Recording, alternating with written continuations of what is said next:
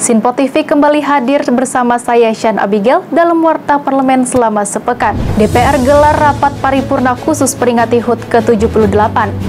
Kemenkes catat 200.000 warga Jabodetabek mengalami ISPA. Partai Gelora siap deklarasi dukungan untuk Prabowo awal September. Koalisi Indonesia Maju bertekad lanjutkan pemerintah Jokowi. Berikut Warta Parlemen selengkapnya.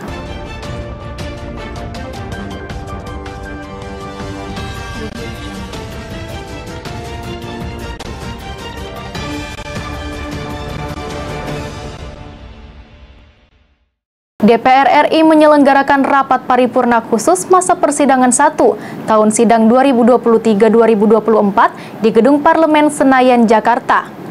Rapat tersebut digelar dalam rangka memperingati HUT DPR ke-78 pada Selasa 29 September 2023. DPR RI menyelenggarakan rapat paripurna khusus mengenai pidato Ketua DPR RI dalam rangka memperingati hari ulang tahun ke-78 DPR RI dan penyampaian laporan kinerja DPR RI tahun sidang 2022-2023. Rapat tersebut dipimpin langsung oleh Ketua DPR RI Puan Maharani dan Wakil Ketua DPR RI diantaranya Ludwig Fredrik Paulus, Sufmi Dasko Ahmad, Rahmat Gobel, dan Muhaimin Iskandar. Tak hanya itu, agenda juga dilanjutkan dengan rapat paripurna keempat mengenai tanggapan pemerintah terhadap pandangan fraksi atas RUU tentang pertanggungjawaban atas pelaksanaan APBN tahun anggaran 2022. Dilanjutkan dengan tanggapan pemerintah terhadap pandangan umum fraksi atas RUU APBN tahun anggaran 2024. Kemudian laporan Badan Legislasi atas hasil evaluasi prolegnas RUU prioritas tahun 2023 serta pengambilan keputusan. Terakhir, pendapat fraksi-fraksi terhadap 27 RUU usul inisiatif Komisi 2 DPR RI tentang kabupaten kota dilanjutkan pengambilan keputusan menjadi RUU usul DPR RI.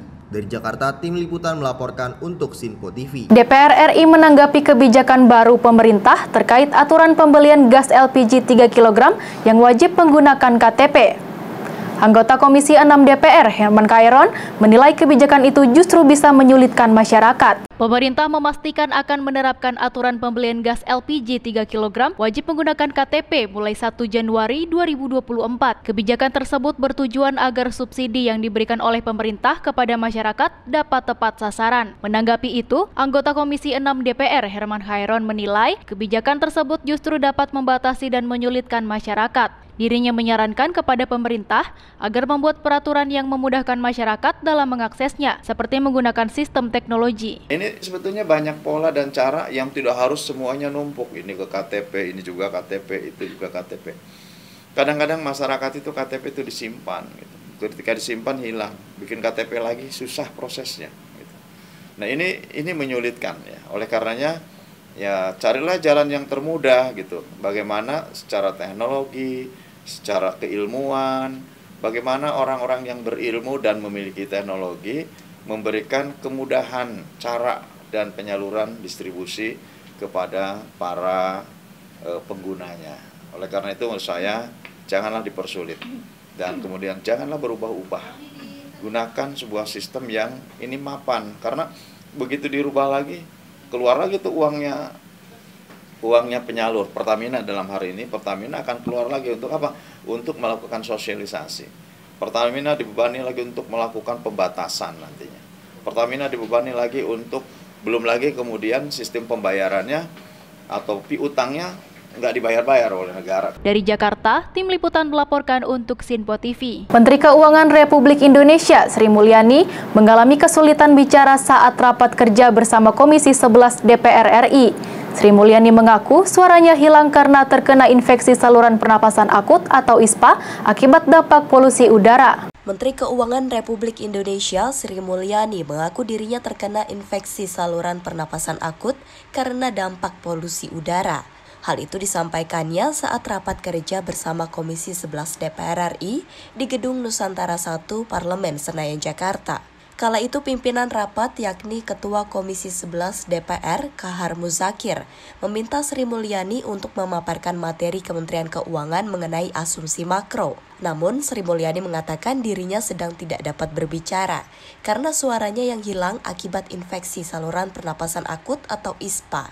Sri Mulyani pun meminta izin kepada pimpinan Komisi 11 agar wakil menterinya dapat menggantikan dirinya untuk memaparkan materi. Untuk mempersingkat waktu, kita persilakan Ibu Menteri untuk menyampaikan asumsi makro. Mudah-mudahan tidak ada perubahan. Kalau tidak ada perubahan, kita langsung setuju barangkali. Kami persilakan. Terima kasih pimpinan. Suara saya hilang karena maraton. Jadi kalau diizinkan Pak Wakil Menteri yang bicara. Makasih Pak. Mohon maaf.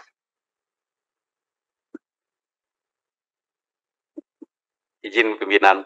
Dari Jakarta, Tim Liputan melaporkan untuk Sinpo TV. Kementerian Kesehatan Republik Indonesia mencatat lebih dari 200.000 penduduk Jabodetabek mengalami infeksi saluran pernapasan akut atau ISPA. Hal itu dikarenakan seiring memburuknya kualitas udara di wilayah Jabodetabek belakangan ini. Kepala Biro Komunikasi dan Pelayanan Publik Kementerian Kesehatan, Siti Nadia Tarmizi, menyampaikan jumlah kasus infeksi saluran pernapasan akut mulai terjadi peningkatan di tahun 2023, dengan jumlah kasus mencapai 200.000 hingga 250.000 kasus per bulan. Peningkatan jumlah kasus ISPA di tahun 2023 ini bahkan lebih tinggi dari jumlah kasus ISPA yang pernah terjadi di tahun 2021 dan 2022, di mana pada saat itu Indonesia masih dilanda virus COVID-19. Bahkan Nadia juga menjelaskan berdasarkan data Kemenkes saat ini, tren angka kasus ISPA mulai bulan Januari hingga Juli 2023 selalu bertahan di angka 200 sampai 250.000 per bulan. Meski kerap terjadi penurunan, namun Nadia menyebut angka penurunannya tidak pernah berada pada level di bawah 100.000 kasus. Kalau kita lihat di akhir 2022 itu jumlah kasus mulai terjadi peningkatan. Kalau di awal 2021 kita flashback lagi, itu kasus itu paling tinggi hanya 50.000 kasus ISPA per hari ya, per bulan, mohon maaf. Kemudian di 2022 kita lihat trennya per bulan itu sudah mencapai angka 100.000 sampai 150.000. Nah, di awal Januari 2023 itu mencapai angka 200.000, bahkan di Maret itu bisa mencapai 250.000. Nah, yang kita lihat trennya ini tidak pernah terjadi penurunan sampai di bawah angka 100.000, dia terus bertahan antara 300.000, 250.000. Jadi memang kita lihat selama Januari sampai dengan Juli terjadi peningkatan kasus, walaupun ada penurunan tetapi tidak turun pada level di bawah 100.000. Dari Jakarta, Sri Dewi Andayani, Davariskiano melaporkan untuk Sinpo TV. Beralih ke berita politik pemirsa. Budiman Sujatmiko dipecat oleh PDI Perjuangan. Wakil Ketua Umum Partai Gerindra, Fadlizon, menilai itu adalah hal biasa yang harus dipatuhi Budiman saat memutuskan untuk mendukung capres lain selain Ganjar Pranowo. Wakil Ketua Umum Partai Gerindra, Fadlizon, menilai pemecatan Budiman Sujatmiko oleh PDI Perjuangan adalah hal biasa yang harus dipatuhi Budiman saat memutuskan untuk mendukung baca pres lain selain Ganjar. Sebagai kerabat dekat Budiman Sujatmiko, Fadlizon mengaku sudah mengenal sosok Budiman sejak di bangku kuliah, sehingga menurutnya Budiman akan bersikap biasa saja saat menerima surat pemecatan dari PDIP tersebut. Selain itu, Fadli juga meyakini Budiman telah menyiapkan rencana selanjutnya dalam karir politiknya. Namun dirinya mengaku belum bisa menafsirkan apakah Budiman akan bergabung ke Partai Gerindra atau tidak. Saya kira itu biasa, hal yang sangat biasa gitu ya. Yang terkait dengan itu, tapi ya Budiman kan seorang yang punya jejak sejarah yang panjang sebagai seorang aktivis. Saya kira menghadapi yang seperti itu hal yang biasa. Komunikasi langsung melihat Pak Budiman ke Gerindra seperti apa? Ya kan baik, dan Budiman kan sudah mendukung Pak Prabowo, yang saya kira itu suatu hal yang baik. Saya dulu kenal sudah lama dari tahun 90-an, sama-sama sekolah juga di Inggris, sering beberapa kali ngopi bareng ya. Saya kira pasti punya satu rencana ya. Kalau ke depan kan kita tunggu saja apa keputusannya, apakah tidak berpartai dulu, apakah nanti mau bergabung dengan salah satu partai atau bergabung dengan Gerindra. Kalau Gerindra ya pasti welcome, tapi kan kita tidak ingin ya seolah-olah seperti itu ya. Jadi kita itu tergantung yang bersangkutan. Dari Jakarta, tim Sinpo TV melaporkan. Partai Gelora bakal mendeklarasikan dukungannya kepada Prabowo Subianto sebagai calon presiden 2024. Deklarasi tersebut rencananya akan dilakukan oleh Partai Gelora pada awal September 2023. Ini lagi bernego soal waktu. Pak Prabowo itu pulang dari Amerika itu tanggal 26.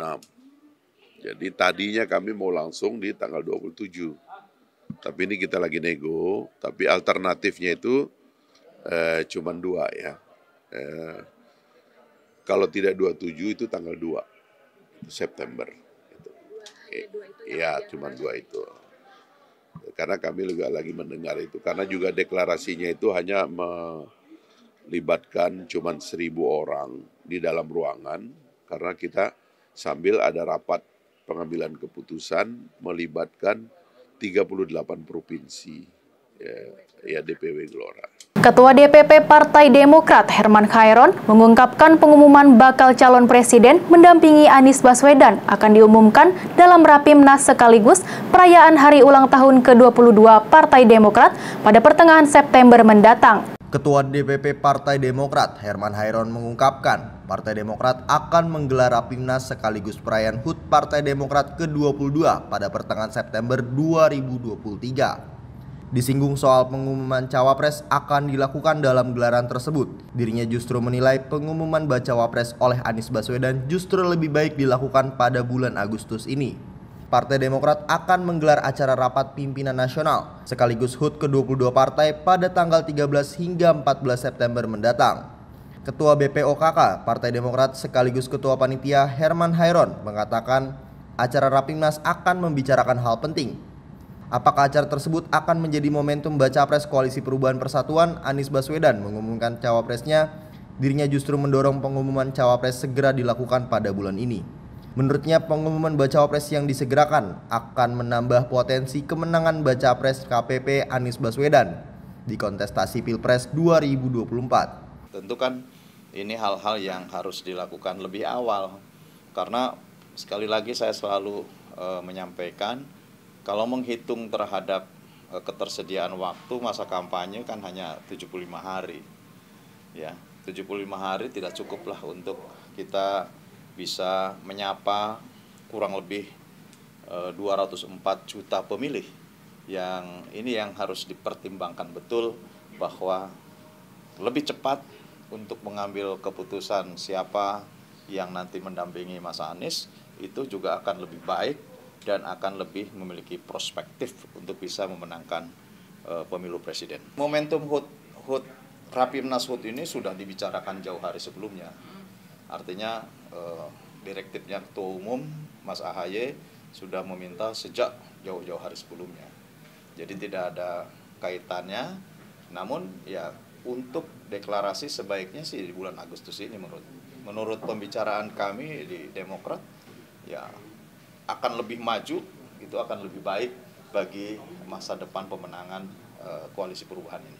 Dari Jakarta, Andi Rezaldi, Dava Rizkiano melaporkan untuk Sinpo TV. Ketua Umum DPP Partai Golkar Aceh Hasan Syadzili menilai keputusan Prabowo Subianto menambahkan koalisinya sebagai Koalisi Indonesia Maju sudah sangat tepat.